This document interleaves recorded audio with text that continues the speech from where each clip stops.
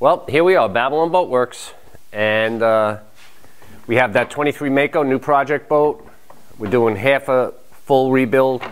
Paint's going to be done next year, but we are doing some of the finish work to make it look good for this season, and part of that is the teak. The owner wanted to keep some teak on the boat. He's basically redoing a lot in Starboard, but when you have a boat like this, a little bit of wood on it makes it look really good, especially in places where it can be maintained. And you know, like on the console that's covered all the time, the wood with a finish on it will hold up for years.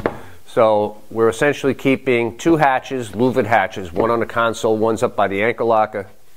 This is a goes in the console. There's a radio box. There'll be a VHF radio, key switch VHF, and a stereo hooked into the Sirius system.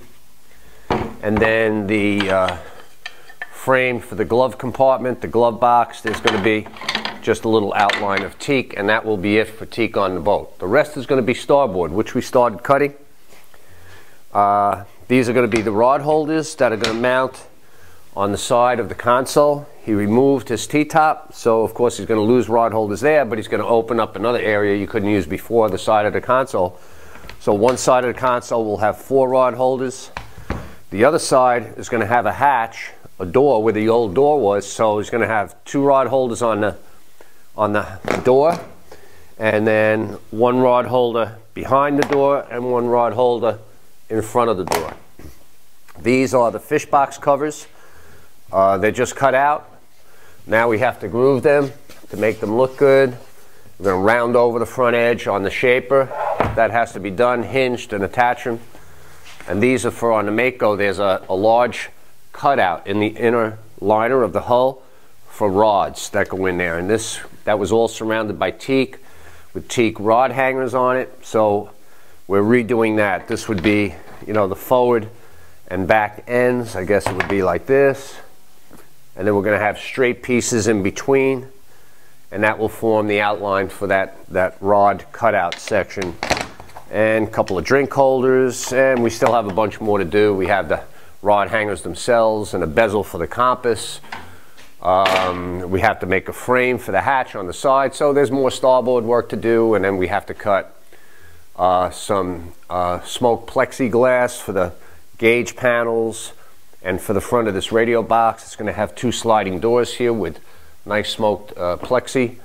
So all of this has to be done, and most of this we do, that's all done on the CNC machine on the router.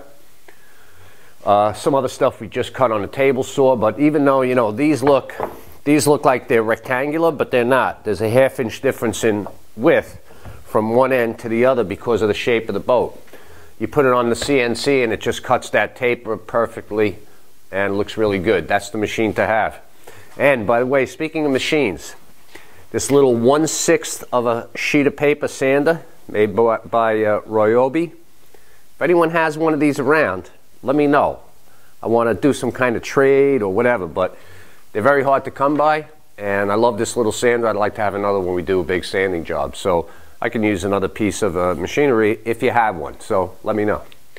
That's about it for today. I'm going to start now. I'm going to put the first coat of stain on here. Actually sickens the base coat, which is a satin finish, and then on top of that I'm going to build it up with 2 or 3 layers of coats of gloss.